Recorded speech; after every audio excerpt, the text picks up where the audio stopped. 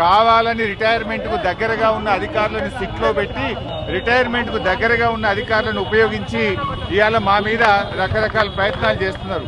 నేను మాత్రం ఒక్కటే చెప్పదలుచుకున్న అధికారులకు, మీరు అన్యాయంగా వ్యవహరిస్తే, అక్రమంగా వ్యవహరిస్తే, మీరు ఉద్దేశపూర్వకంగా మమ్మల్ని ఇబ్బంది పెట్టాలని ప్రయత్నం చేస్తే, మీరు రిటైర్ అయిన తర్వాత కూడా ఏ పొక్కలో దాక్కున్నా, సప్త సముద్రాల బయట ఉన్నా మిమ్మల్ని పట్టుకొచ్చి విచారిస్తాము.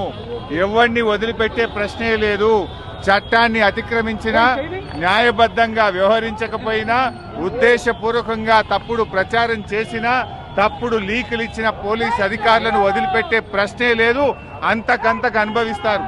జాగ్రత్త, ఆలోచించుకోండి. రిటైర్ అయినాక మీకు ప్రభుత్వం, రేపు వచ్చే బీఆర్ఎస్ ప్రభుత్వం కూడా మీకు సహకరించదు.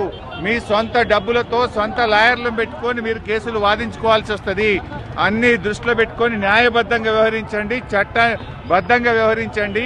రేవంత్ రెడ్డి దావోస్కెళ్ళి ఆయన ఇచ్చే డైరెక్షన్లో కాదు, మీరు చట్ట ప్రకారంగా వ్యవహరించండి.